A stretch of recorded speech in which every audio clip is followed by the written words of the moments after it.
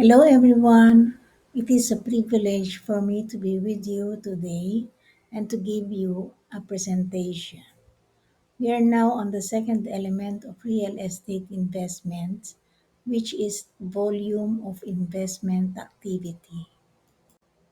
Who are we and what do we do?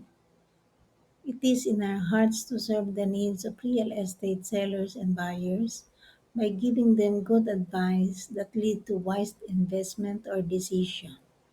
The site owner formerly worked for Land Bank of the Philippines.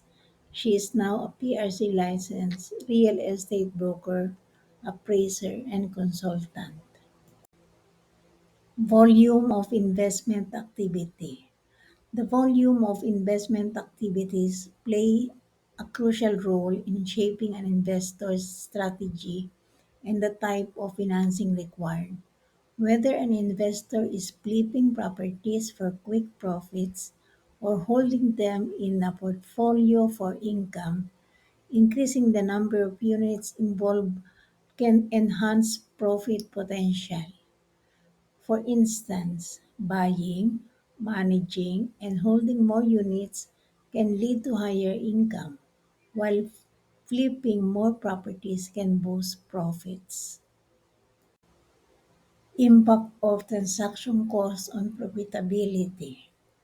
While increasing the volume of transactions can generate more profits, it also significantly raises the transaction cost, particularly for short-term investments like property flipping.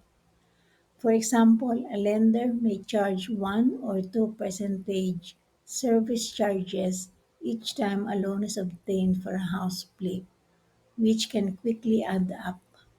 Even if the stated interest rate is low, such as 6%, additional fees can increase the effective interest rate to 10%, making the financing much more expensive. This higher cost of borrowing can reduce the overall profitability of each transaction. The challenge of high volume investment. As the number of transactions grows, the cumulative impact of this cost becomes substantial. For example, if an investor flips 100 houses in a year, a 1,000 service fee per transaction could amount to 100,000 in extra cost. This significant expense underscored the importance of finding ways to reduce transaction fees as leaving such a large amount of money on the table can severely impact returns. Leveraging lines of credit. To manage and minimize these costs, investors are advised to negotiate a line of credit with their lender. A line of credit provides a predetermined amount of money that can be drawn upon to finance both the purchase and the necessary repairs of properties. This flexible financing option works similarly to a credit card but with much higher limit, allowing investors to borrow only as needed. By using a line of credit, investors can reduce overall carrying costs and avoid paying high fees on multiple transactions. Securing a line of credit. Obtaining a line of credit, especially an unsecured one, can be challenging. Lenders typically require a solid financial statement, including strong cash reserves, as lines of credit often do not involve collateral. Without collateral, lenders take on more risk, making them less likely to extend unsecured lines of credit. However, if an unsecured line of credit is not feasible, investors may start with a secured line of credit by offering collaterals, such as equity in personal or investment properties, financial instruments, or other valuable assets. Building relationships with lenders. Establishing a strong relationship with lenders is essential for securing and gradually increasing a line of credit.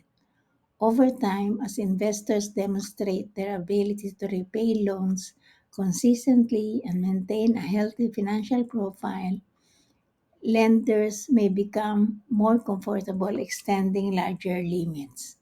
However, this trust building process takes time and requires investors to consistently prove their financial responsibility and reliability.